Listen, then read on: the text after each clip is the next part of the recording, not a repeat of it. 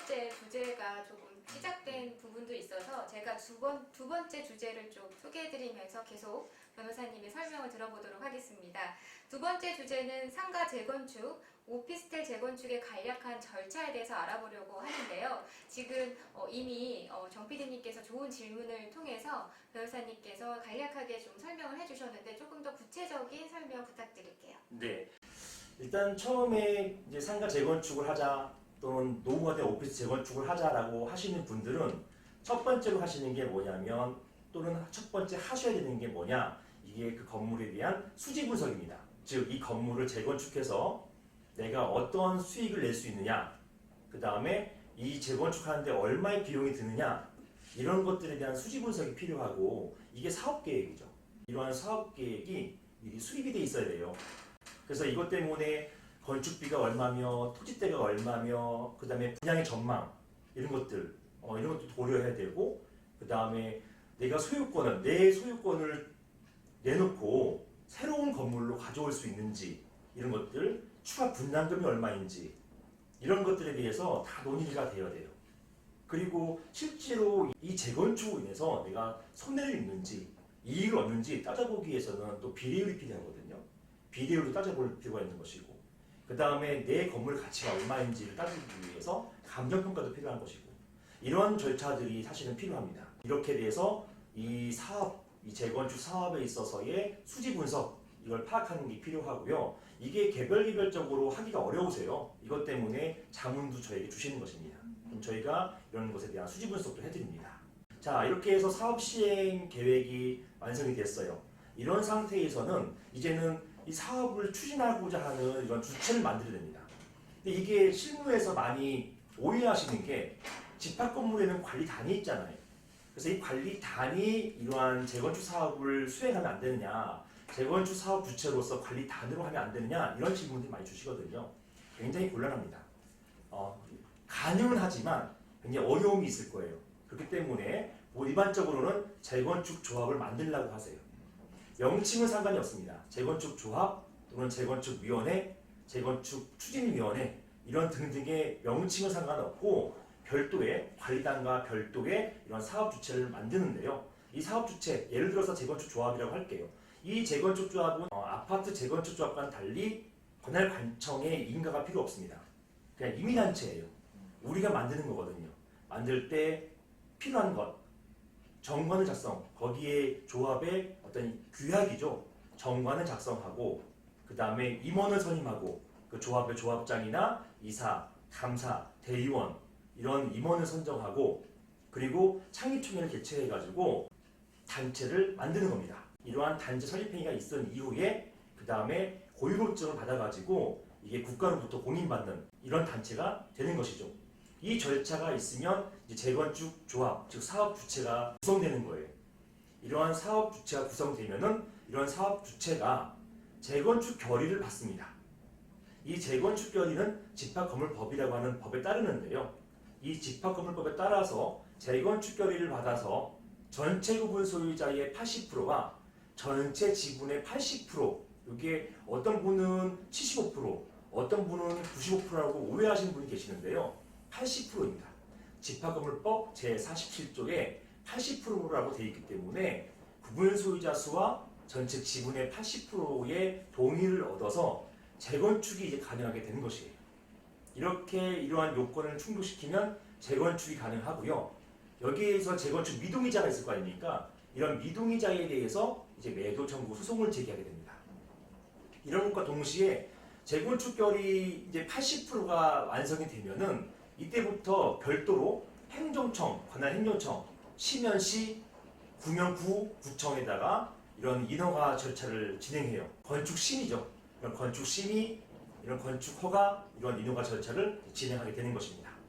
그렇게 해서 재건축 미동의자 상대로 한 이런 매도청구 소송에서 승소를 하면 그분들의 소유권을 다 가지고 오게 되는 것이죠. 누가요? 사업 주체가. 이 재건축 조합이 이런 소유권을 다 가지고 와서 그런 상태에서 구분 소유권이 100%가 이제 지분 확보가 되는 것입니다.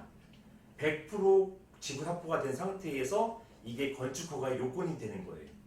건축허가 건축법 제11조에 따라 가지고 이러한 100%의 요건을 갖춘 이 사업지에서 건축허가가 나오는 것입니다. 물론 이제 건축허가 받기 전까지는 아까 말씀드린 것처럼 건축 심의도 통과해야 되고 경관 심의도 있어야 되고 또 교통영향 평가도 있어야 되고 이런 절차들이 있어요.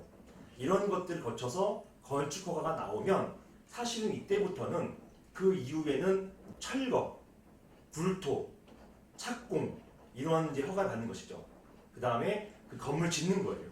건물 짓고 준공 이렇게 이 사이에 뭐가 있냐면 분양이 있겠죠. 분양 절차가 또 진행되는 것이고요. 분양 그 다음에 준공 이후에는 이제 입주가 되는 거죠. 입주 그 다음에 소유권 이전 등기 이러면서 끝나는 겁니다. 이렇게 돼서 재건축 사업 주체는 이제 종료가 되고 청산 절차가 진행되는 것이고 이렇게 해서 사업이 끝나는 것입니다. 좀 길었죠? 이제 이런 것들에 대해서 하나하나 이제 상세히 아시는 것보다는 이런 절차에 대해서 저에게 자문하시는 게 가장 좋습니다. 결국은 이게 긴 절차들이 있는데 제가 말씀드린 이 절차가 길어봤자 몇 분이잖아요. 하지만 이런 것들이 늘어나면은 한 1년, 2년 이 사이에도 충분히 재건축을 할 수 있고 그 이후에 새로운 수익을 얻으실 수 있는 방법이 있습니다. 물론 더 많은 절차가 있고 더 설명드릴 게 많아요. 하지만 여기서 간략하게 몇 가지만 추려서 말씀드린 것입니다. 어떻게 보면 이 절차가 1, 2년에서 4, 5년까지도 걸리신다고 말씀하셨는데 이 기간을 줄이기 위해서 아무래도 법률 자문을 구하고 이제 도움을 받는 게 아닌가 싶어요. 그래서 이렇게 이 많은 절차들을 또 수많은 경험을 통해서 또 단축시켜 주실 수 있는 분이 바로 또 부종식 변호사가 아닐까 생각이 듭니다. 두 번째 주제에 대해서도 정 PD님께서 궁금하신 점이 있다고 하시는데 어떤 부분이죠? 네, 결국 이제 들어보니까 길게 말씀해 주셨는데 간략하게 말씀해 주신다고는 꼭 굉장히 길게 말씀하셨어요. 예. 결국 우리는 못한다. 예. 결국은 이제 이렇게 변호사님을 찾아와서 상담을 받아서 하는 수밖에 없는 그런 느낌이 드는데요. 이제 아까 굉장히 궁금한 것 중 하나가 그 80%의 이렇게 분들이 하고 안 되면 이제 나머지 20% 분들에게 매도 청구 소송을 해가지고 이렇게 한다고 했는데 그분들은 정말 하기 싫은데 결국은 이게 건물이 지어지면 자기도 이득을 얻잖아요. 그리고 그 부분에 분명히 비용도 내야 될 거고 근데 자기는 분명히 여기 참여하고 싶은 생각이 전혀 없어요. 근데 결국은 소송을 통해서 하게 되는데 그렇게 되면 이제 20%는 어떻게 되는 거죠? 그분들은요? 또 좋은 질문인데요. 이게 20% 분들은 어쩔 수 없이 법원의 감정을 통해서 감정 평가 금액에 맞춘 금액이 있어요. 네. 이 감정 가액이거든요. 네. 이 감정 가액대로 이걸 파실 수밖에 없어요. 그래서 쉽게 얘기하면 소유권을 뺏기는 거죠. 근데 그 너무한 거 아니냐라고 네. 하지만 이게 법에 정해져 있어요. 이 법에 집합건물 법에 그게 정해져 있기 때문에 소유권이 이전되는 겁니다. 뺏기는 거예요. 그리고 그 감정평가 금액이라는 것이 법원에서 감정을 해야 되거든요. 근데 이 감정 금액은 보통 일반적 시가보다 낮아요. 네. 이 낮은 시가에다가 그 다음에 개발이익을 포함시킵니다. 감정평가액은 보통 시가에서 30% 정도 다운되고 그 다음에 개발이익은 그 다운된 금액이 한 20% 정도가 상승돼요. 네. 그러다 보니까 그럼에도 불구하고 시가보다 훨씬 못 미치는 금액에서 가액이 정해지는 거죠. 어떤 가액이냐? 매매가액이 정해지는 것이죠. 강제로 매매가 체결되는 것이에요. 이게 바로 매도 청구권 행사입니다. 그러면 이제 매도기 때문에 매수자가 있어야 되잖아요. 네. 매수는 누가 하게 되는 건가요? 그렇죠. 이 매수자가 바로 매수 지정자라고 하거나 또는 재건축 조합이 되는 것입니다. 그래서 재건축 조합이 매수를 하는 거예요. 그럼 보통 이렇게 조금 손해를 봐야 되기 때문에 그냥 동의하시는 분들이 더 많아지나요? 그렇죠. 네. 그것 때문에 80%가 넘으면 80% 넘음과 동시에 어떤 절차가 있냐면 2달의 기간을 줘요. 2달의 기간을 주고 우리 80% 넘었다. 우리 재건축 조합에 참여할래 말래라고 하는 2달 동안에 의견을 묻는 기간을 무조건 줘야 됩니다. 그래서 그때 고민을 많이 하시죠. 어차피 80% 넘었는데 이제 뺏기느냐 아니면 아예 참여하느냐 이 문제거든요. 그래서 그때 참여를 많이 하세요. 근데 그때도 싫다라고 하시면 결국은 이제 매도 청구 소송을 통해 가지고 다투시는 수밖에 없습니다. 80%가 돼야 되는데 예를 들어서 이렇게 비율을 계산해 봤더니 79.99%다. 예, 이런 경우가 되면 뭐 불가능한 건가요? 불가능하죠. 아. 법에 위반되기 때문에 불가능한 건데 이런 게 있어요. 재건축 조합에서 제대로 된 자문 없이 하다가 네. 80%인 줄 알았어요. 네. 그런데 이걸 가지고 매도 청구 소송을 제기합니다. 매도 청구 소송을 제기했을 때 그 다투는 재건축 미동의자가 있을 거 아니에요. 네. 미동의자가 재건축 결의의 그 유효성을 따지다 보니까 80%가 안 된 거예요. 그러면 이 경우에는 재건축 결의가 무효가 됩니다. 근데 이 무효에 대한 선고는 재건축 결의가 있은 때로부터 아니면 적어도 재건축에 대한 매도 청구 소송이 있은 때로부터 1년 뒤, 좋게 1년 뒤에 이 선고가 내려지거든요. 그러면은 1년 동안 해왔던 재건축이 전부 다 소급적 무효가 되는 거예요.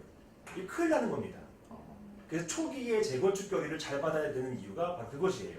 그러니까 말씀하신 것처럼 질문 주신 것처럼 뭐 79% 정도 돼서 80%가 못 맞췄다. 이 경우에는 넉넉하게 맞출 때까지 기다렸다가 재건축 결의가 완성됐다고 공표해야 되는 것이에요.